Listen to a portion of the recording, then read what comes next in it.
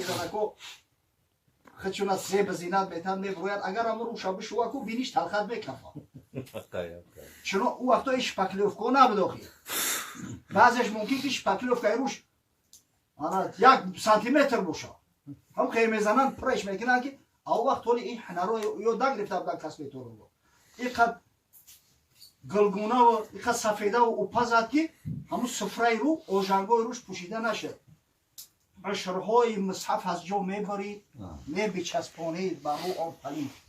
در پیشش قرآن مونده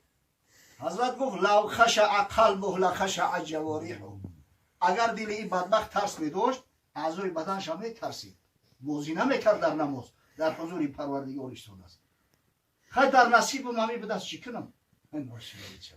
چه نصیب اگه جا میدونی و تقدیر نزد پروردگار مفهومه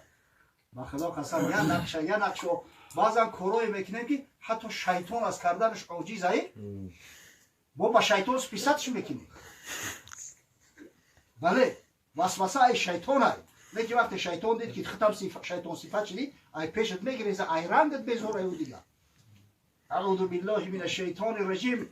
کمثل الشیطان اذ قال للانسان اکفر فلما کفر قال انی بریء منک انی اخاف الله رب العالمین شیطان میگه انسان وقتی که گمراه میکنه انسان که گمراه شد و میگه من از تو بیزار و من از خدا میترسم دفع شو من بدو با کثافت تو باید شهاب از آسمان اگر تا بسوزونم من ای رنگی تو بیزارم من ای پروردگار میترسم الله حضرت مولوی قصه میکنه میگه بود کمپیر 90 ساله کلان پرتشنج روی رنگش زعفران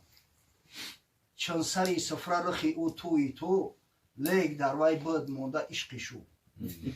یک کمپیر سین در 90 رفته است میگه خونه سوخته دندانو همه ریخته ای نیکی دارده قچقچک داره نوشگیش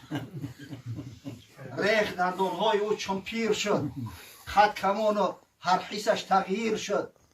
حرسی شوی و شهوت و شوقش تمام حرسی سید پوره پوره گشته دام یا معرکه دعوتش میکرد این خشد شوتی رفت یک مرد کنه چون عروسی خاص رفتن آن خریف موی ابرو پاک کرد آن منتقیف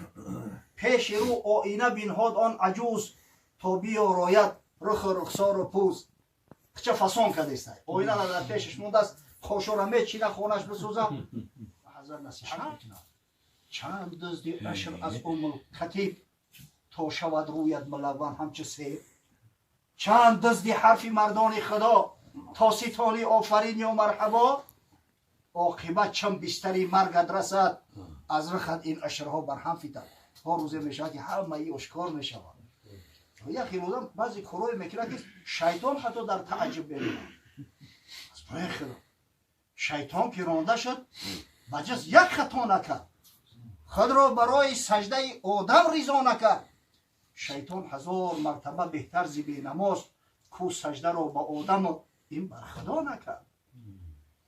عمل بسیار مهمه برادرای عزیز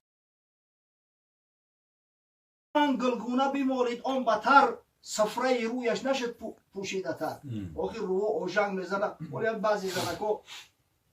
خچونا زیب زینت میتن میبروید اگر امرو شب شواکو بینیش تلخت میکفا چون او وقتا ایش پکلیوفکو نبوداخی بعضیش ممکن که ایش پکلیوفکو روش یک سانتیمتر بوشا هم خیلی میزنن پرش میکنن که او وقت تولی این حنرو یا دنگ رفته بودن کس بیتور رو اینقدر گلگونه و اینقدر سفیده و اوپا زد که همون سفره رو اوژنگای روش پوشیده نشد عشرهای مصحف از جو میبرید میبچسبانید با رو آن پلید در پیشش قرآن موندگی قرآنای پیش همه از چرم بدن انا حاشیه های همون قرآن عیال بریده و جایی که حاشیه می نویسم که خانه سوخته در روش چسبانده است تا که سفره روی او پنهان شود تا نگین حلقه خوبان شود اونم پوسته کو از سویتی روش عیال بریده و در روش چسبانده است اشرها بر روی هر جامعه نهاد چون که بر میخواست از جو میفیتون میچسبونه میگه آخه او وقت این کلیوی سوپر کلی نبود همین جاش میخیزه که بو میگالتا چند بارش می نهاد و میفیتاد گفت 100 لعنت بر اون ابلیس بود گیزلاشی بمونه میغلطه نو چودر میگم کشم که میغلطه گفت خدا لعنت کنه ابلیسا شد مصور اون زمان ابلیس زود همین وقت میگه شیطان در پیش پیدا شد یادش کرده گفت قحبه قدید به ورود من همه عمری نیندیشیدم هر دبر این بود سیاه گفت بیوی پاد من به خدا قسم در حیات میره پرستاویده میکردم که اشری مصحف بریده و در بودم کله میکردم من همه عمری نیندیشیدم نزد جست قحبه این دیدم و حی کرد گفت تخمی نادر در فضیعت کشتی در جهان تو مصحف نگذاشتی رود در گور گفت عجب پریومی عجیبه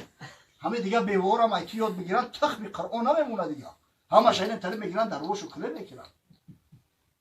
و حضرت نصیحت میکنن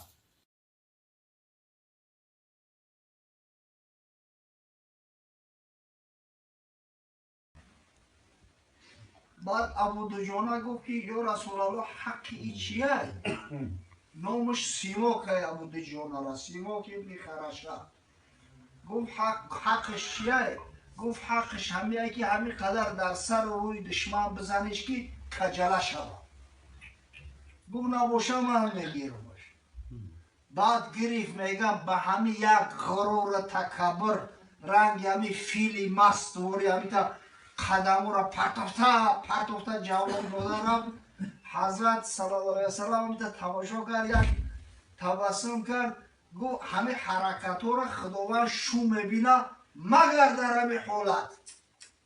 همین حالت خدا را خشش میوید این حرکت رفتار یعنی ابو دجانه اگر در غیر همین حالت یگان مسلمان همین رفتار کنه کو خداوند مقصد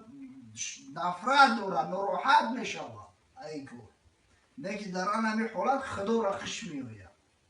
برای همین مردک در میدان هم همون مقصد اسلام دفاع میکنه خدا حفظت کنه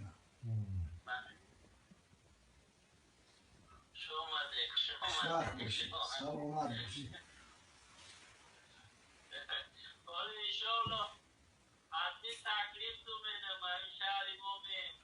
او که حوصله ندارم کاری همین یه هفته اگر بستم تلخه میکفم کاری درست استوندن نمیتونم